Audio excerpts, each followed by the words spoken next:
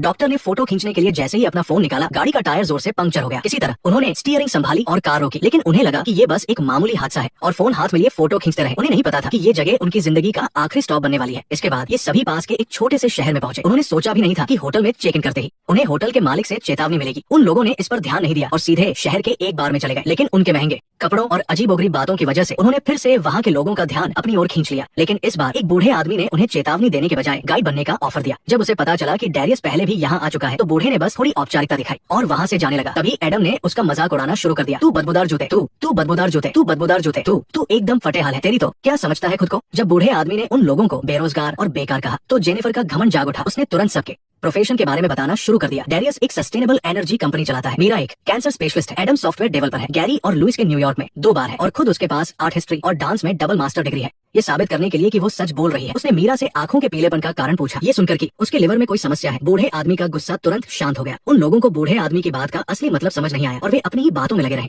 शराब के नशे में एडम पूरी तरह से बेकाबू हो गया था। जब उसने देखा कि कोई व्यक्ति उनकी कार के अंदर झांक रहा है तो वो तुरंत आगे बढ़ा और चिल्लाकर उसे भगाने लगा। इसके बाद उसने कुत्ते को भगाने वाले इशारे और शराब की बोतल से उसे डराया। बाकी लोग एडम की इस हरकत से काफी नाराज थे, लेकिन जब उन्होंने देखा कि वो आदमी चला गया है तो उन्होंने कुछ नहीं कहा। उन्हें नहीं पता था कि एडम का ये गुस्सा उन्हें एक खौफनाक और अंधेरे गड्ढे में धकेल देगा। अगली सुबह जेनिफर जॉगिंग के दौरान हैंडीक्राफ्ट बेचने वाले एक स्टॉल पर पहुंची। वहाँ पीछे एक अजीब सी बच्ची को देखकर उसने तुरंत प्यार से उसे हेलो कहा, लेकिन बच्ची डर के मारे वहाँ से भाग गई। जेनिफर ने ज्यादा नहीं सोचा, एक ब्रेसलेट खरीदा और वहाँ से चली गई। ध्यान दे, ये एक छोटा सा डिटेल है जो आगे चलकर भागने और कहानी पलटने में अहम रोल निभाएगा। चलिए अब हम वापस कहानी पर चलते हैं। जल्द ही ये लोग एप्लाशन ट्रेल पर पहुंच गए। साइन बोर्ड को फॉलो करते हुए उन्होंने नेचर की खूबसूरती का भरपूर मजा लिया। उन लोगों को इतना खुश देखकर डैरियस बहुत प्राउड फील कर रहा था। उसने तुरंत पिछली बार देखे गए पुराने किले को ढूंढने का सुझाव दिया। सबके इतने एक्साइटेड होने के कारण जेनिफर को मानना पड़ा, लेकिन वो लोग थोड़ी ही दूर गए थे कि पहाड़ी से कुछ भारी चीजों के गिरने की आवाज आई। मीरा को लगा कि ये कोई प्राकृतिक नजारा है, इसलिए उसने रिकॉर्ड करने के लिए तुरंत अपना फोन निकाल लिया। साइलेंस। सब कुछ शांत होने के बाद एडम दर्द सहते हुए मीरा के पास गया। उसे पीछे छोड़कर भागने की वजह से वो समझ नहीं पा रहा था कि उसे गले लगाने के अलावा और क्या करे। ये उस पुरानी कहावत को सच साबित करता है कि मुसीबत आने पर सब अपनी जान बचाकर भागते हैं, लेकिन अभी के हालात में दोनों लड़ नहीं सकते थे। डैरियस का बायां हाथ बुरी तरह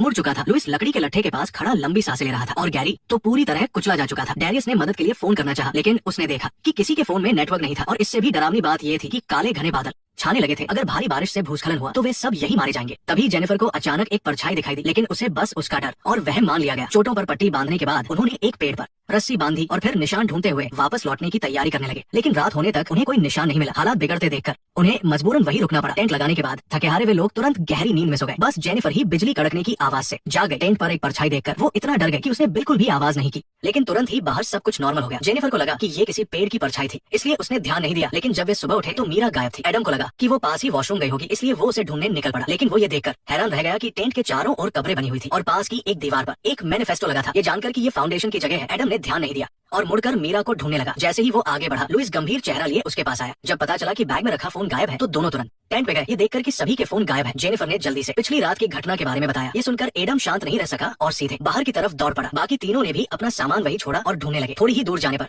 उन्हें एक छोटी सी परछाई दिखाई दी। हैंडीक्राफ्ट बेचने वाली रूथ को देखकर जेनिफर हैरान रह गई। इससे पहले कि वो कुछ बोल पाती, एडम दौड़ते हुए वहां आ गया। जब उसे पता चला कि रूथ शहर में दिखी थी तो उसे फिर से वही गुस्सा आ गया। वो किसी की बिना सुने जोर से चिल्लाने लगा। जब उसने देखा कि रूथ मुड़कर भाग रही है तो उसका शक और पक्का हो गया। जेनिफर उसे रोकना चाहती थी, लेकिन उसे बोलने का मौका ही नहीं मिला। जैसे ही रूथ पकड़े जाने वाली थी, एडम अचानक ठोकर खाकर गिर गया। पास आते कदमों की आवाज सुनकर जेनिफर ने तुरंत रूथ को इशारे से वहां से जाने को कहा। एडम दर्द सहते हुए उठा, लेकिन उसने देखा कि उसका टखना किसी चीज से बंधा हुआ है। तभी लोहे की जंजीर जोर से खींची। तीनों ने उसे खींचने की कोशिश की, लेकिन कोई फायदा नहीं हुआ। वे सब एडम को गुफा में खींचते हुए देखते रह गए। डैरियस को वहाँ हवा महसूस हुई तो उसने जल्दी से लुइस को अपने पैर पकड़ने को कहा। जैसे ही उसने अपना सिर गुफा में डाला, उसे कुछ कांटों ने रोक दिया। डैरियस, ये पागलपन है। डैरियस हार नहीं मानना चाहता था, लेकिन जेनिफर ने उसे रोक दिया। अभी किसी को नहीं पता था कि ये गुफा कहा जाती है और जंजीर के दूसरे सिरे पर कितने लोग हैं। बिना सोचे समझे अंदर जाना मौत के मुंह में जाने जैसा था और अगर एडम मिल भी जाता तो वे उसे आजाद नहीं करा पाते। अभी सबसे अच्छा तरीका था कि पहाड़ से नीचे जाकर मदद मांगी जाए। डैरियस अब भी रुकना चाहता था, लेकिन जेनिफर ने वहाँ एक निशान बनाया और आगे बढ़ गई। साफ था कि वह उससे पूरी तरह निराश थी। थोड़ी देर बाद तीनों को एक लकड़ी का घर मिला। वे थोड़ा खाना ढूंढना चाहते थे ताकि कुछ ताकत आ सके, लेकिन जैसे ही वे पास गए, अंदर का नजारा देखकर सन्न रह गए। शिकारियों के ठिकाने के बजाय ये किसी लॉस्ट एंड फाउंड रूम जैसा लग रहा था। चश्मों का पहाड़ देखकर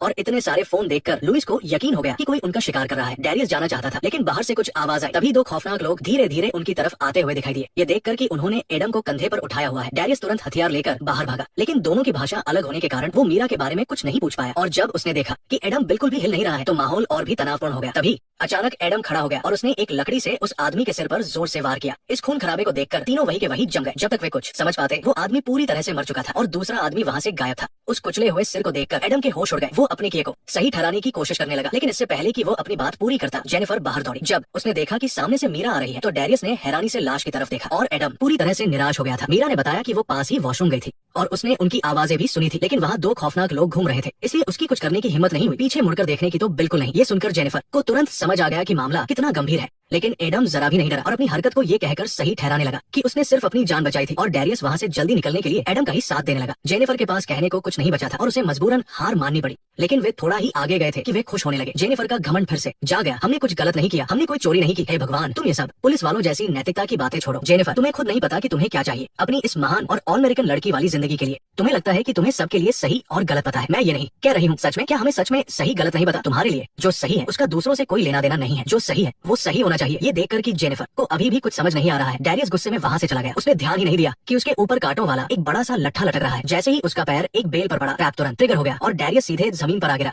जेनिफर को बहुत गिल्टी फील हो रहा था। वो बस डैरियस के घाव को देखती रही। जब उसे पता चला कि किसी नस पर चोट नहीं आई है तो उसने राहत की सांस ली। पट्टी बांधने के बाद वे तुरंत वहाँ से आगे निकल पड़े। उन्हें डर था कि उस ट्रैप की आवाज सुनकर शिकारी आ जाएंगे, लेकिन बहुत देर हो चुकी थी। जब तक जेनिफर को कुछ गड़बड़ लगी तब तक लुइस को कोई उठा ले गया था। झाड़ियों में तेजी से भागती हुई परछाई को देखकर एडम डर के मारे भाग खड़ा हुआ और उसने एक बार फिर मीरा को पीछे छोड़ दिया। मीरा की हालत देखकर एडम को अंदर ही अंदर बहुत पछतावा होने लगा, लेकिन जैसे ही झाड़ियों के हिलने की आवाज आई उसकी सारी गिल्ट पल भर में गायब हो गई और वो बिना कुछ सोचे मुड़कर वहाँ से भाग गया। लेकिन उसने अपने किए गए पापों को और अपने दुश्मनों की ताकत को बहुत कम आंका था। तभी अचानक एडम का पैर फंस गया और वो जमीन पर गिर पड़ा। दर्द से कराहते हुए उसने निराशा में अपना सिर ऊपर उठाया, लेकिन सामने वाले ने उसे माफी मांगने का एक भी मौका नहीं दिया और जिस मीरा को उसने छोड़ दिया था उसे एक ही तीर में मौत के घाट उतार दिया गया। वहीं दूसरी तरफ घाटी में छिपे हुए डैरियस और जेनिफर भी बच नहीं पाए। जब जेनिफर को होश आया तो उसके कपड़े उतारे जा चुके थे और उसे एक तहखाने में बंद कर दिया गया था। और सबसे हैरानी की बात यह थी कि उन्हें पकड़ने वाले कोई और नहीं। एडिथ और जेनिफर ने दोस्ती करने की कोशिश की, लेकिन बात पूरी होने से पहले ही ढक्कन जोर से बंद कर दिया गया। अगले दिन जाकर उन्होंने खाना और सीढ़ी नीचे उतारी। जेनिफर खाना खाकर जब ऊपर आई तो एडिथ पहले से इंतजार कर रही थी। जब उसने देखा कि सिर्फ डैरियस समेत 3 लोग हैं तो वो पूरी बात समझ गई, लेकिन उन्होंने उन्हें संभलने का मौका ही नहीं दिया और चारों को सीधे पहाड़ों के बीच एक गांव में ले गए। वहाँ के रहन सहन, बोर्ड पर लिखी बातों और दीवारों पर टंगी तस्वीरों को देखकर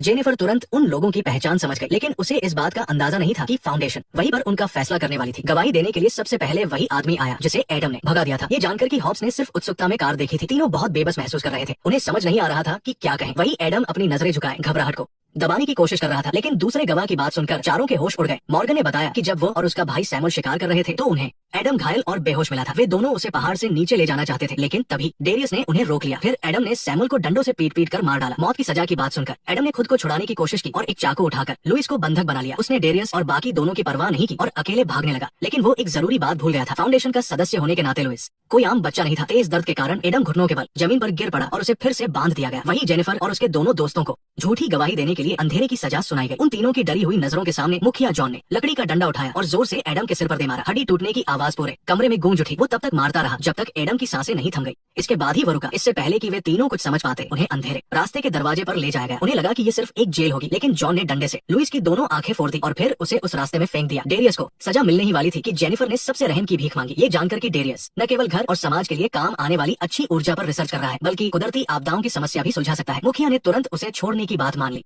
जेनिफर ये देखकर सुन्न रह गई। अब जाकर उसे एहसास हुआ कि इस पुरानी और जंगली जगह पर उसकी 2 मास्टर डिग्री की कोई कीमत नहीं है। कोई रास्ता न होने के कारण उसे जिंदा रहने के लिए अपने शरीर का सौदा करना पड़ा। जब एडिथ ने जानवरों जैसी जांच की तो जेनिफर का सारा गुरूर टूटकर बिखर गया और डैरियस के साथ उसका प्यार भी कहीं गायब हो गया। एडम और सैमुअल की लाशों को ठिकाने लगाने के बाद डैरियस वही गांव वालों के साथ रुक गया। जेनिफर को सबसे ऊपर वाले कमरे में ले जाया गया। जब उसने देखा कि वहाँ जॉन रहता है तो उसने कोई विरोध नहीं किया और खुद ही अपने कपड़े उतार दिए, क्योंकि उसे अच्छे से पता था कि इसी तरह वह अपने पिता का इंतजार कर सकती है। लेकिन जेनिफर को ये नहीं पता था कि 6 हफ्ते बाद उसके पिता स्कॉट कस्बे में पुलिस के पास आएंगे। ये जानकर कि वे हर हफ्ते बात करते थे, पुलिस ने डैरियस के बारे में थोड़ा पूछा और फिर स्कॉट को घर जाकर इंतजार करने के लिए कह दिया। साफ था कि वे किसी को ढूंढने नहीं भेजने वाले थे। स्कॉट पुलिस का इशारा समझ गया और सीधा उस होटल में गया जहाँ वे लोग रुके थे। लेकिन जब उसने वहाँ आने का कारण बताया तो मालिक ने कुछ भी बताने से मना कर दिया। मजबूर होकर स्कॉट को मैसेज में बताए गए बार में जाना पड़ा। वहाँ उसे जेनिफर के बारे में पता चला, लेकिन इससे पहले कि वो खुश होता बूढ़े आदमी ने उसे तलाश बंद करने को कहा। ये जानकर कि वे लोग अब जिंदा नहीं है, स्कॉट को लगा कि कोई शराबी मजाक कर रहा है और उसने बात को टाल दिया। जब होटल के मालिक ने देखा कि स्कॉट नहीं गया तो उसने सब कुछ सच बता दिया। उसे पता चला कि फाउंडेशन के हाथ लगा कोई भी इंसान कभी जिंदा वापस नहीं आया। स्कॉट हैरान था कि कस्बे के लोग पुलिस को क्यों नहीं बताते। तब उसे बताया गया कि जब तक वे तय रास्ते पर रहते हैं उन पर हमला नहीं होता, इसलिए कस्बे के लोग और फाउंडेशन सालों से शांति से रह रहे थे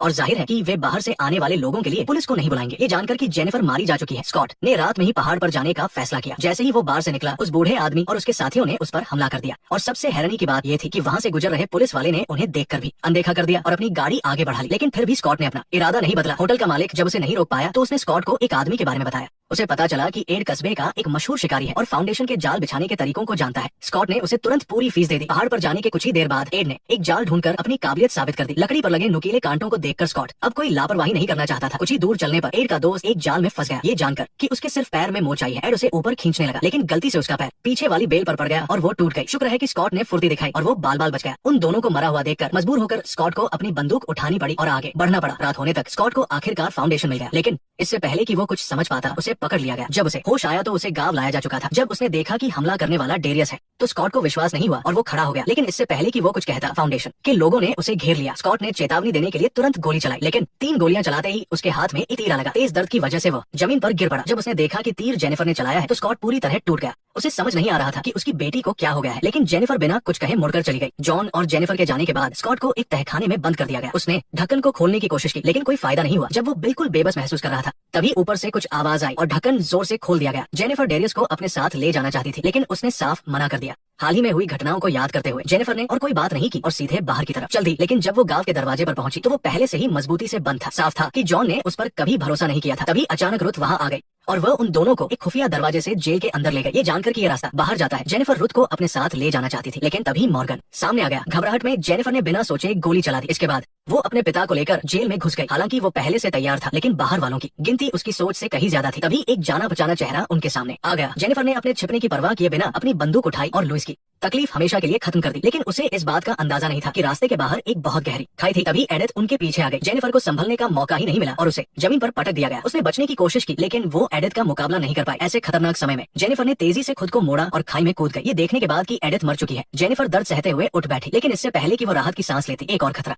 उसके सामने आ गया। हॉब्स की गंदी बातें सुनकर जेनिफर के अंदर भरा सारा अपमान और गुस्सा बाहर आ गया। उसने हॉब्स पर पागलों की तरह अपने हथियार से हमला कर दिया। वो तब तक नहीं रुकी जब तक स्कॉट वहां नहीं आ गया। सामने का डरावना नजारा देखकर स्कॉट तुरंत समझ गया कि इन दिनों जेनिफर ने क्या कुछ सहा है। लेकिन इससे पहले कि वो उसे दिलासा देता, एक कुल्हाड़ी उनके सामने आ गिरी। स्कॉट ने तुरंत अपनी बंदूक निकाली, लेकिन गोलियां पहले ही खत्म हो चुकी थी। खतरे के उस पल में उस आदमी का हमला अचानक रुक गया। तभी जेनिफर ने फिर से अपना धनुष खींचा और एक तीर सीधे उसके मांस के बीच में मारकर उसे ढेर कर दिया। कुल्हाड़ी उठाने के बाद दोनों तुरंत कस्बे की तरफ भागने लगे, लेकिन कुछ दूर जाते ही उनका रास्ता रोक लिया गया। रुको, हम तुम्हारी मदद करने आए हैं। सत्यानाश, तुम्हें भी मरना चाहिए था श्रीमान। मैं सिर्फ तुम्हारी जान बचाना चाहता था। मुझे लगा था कि मैं तुम्हें मजा चखा दूंगा और तुमने मेरे चेहरे पर वो रोशनी डाल दी। मेरा पेट मेरी तरफ घूम गया। तुम सही कह रहे थे, मेरे बच्चे नहीं है, लेकिन मेरा बेटा इन्हीं जंगलों में 6 साल पहले गायब हो गया था। मैंने कभी ऐसा शरीर नहीं देखा। ये बेवकूफ फाउंडेशन वाले इन सब कमीनों को मारना चाहते हैं। तुम्हारे दोस्त कहाँ हैं? सिर्फ हम ही बचे हैं। तो चलो जल्दी से इस पहाड़ से निकलते हैं। बूढ़े आदमी का ईमानदारी भरा चेहरा देखकर पिता और बेटी का डर खत्म हो गया। लेकिन तभी जेनिफर पर अचानक हमला हुआ और वो घुटनों के बल जमीन पर गिर गई और उस बूढ़े आदमी के साथी की जानलेवा जगह पर गोली लगने से वही मौत हो गई। उन तीनों ने मिलकर झाड़ियों की तरफ खूब गोलियां चलाई, लेकिन किसी को कोई नुकसान नहीं हुआ। शुक्र है कि स्कॉट ने समय पर हमला करके उसे खत्म कर दिया।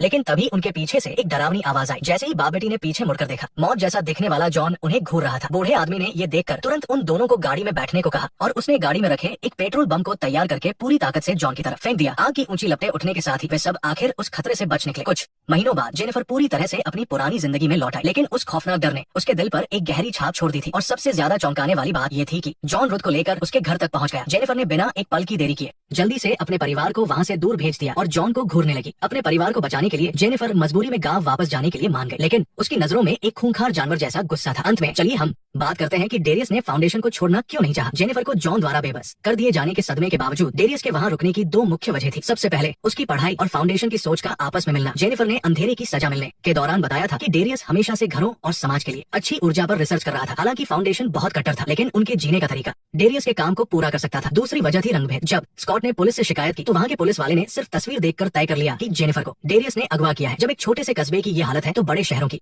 तो बात ही छोड़ दीजिए। इसी वजह से डेरियस ने वही रहने का फैसला किया। खैर, आज की कहानी यही खत्म होती है। मैं हूँ बाइडेन। अगले वीडियो में फिर मिलेंगे।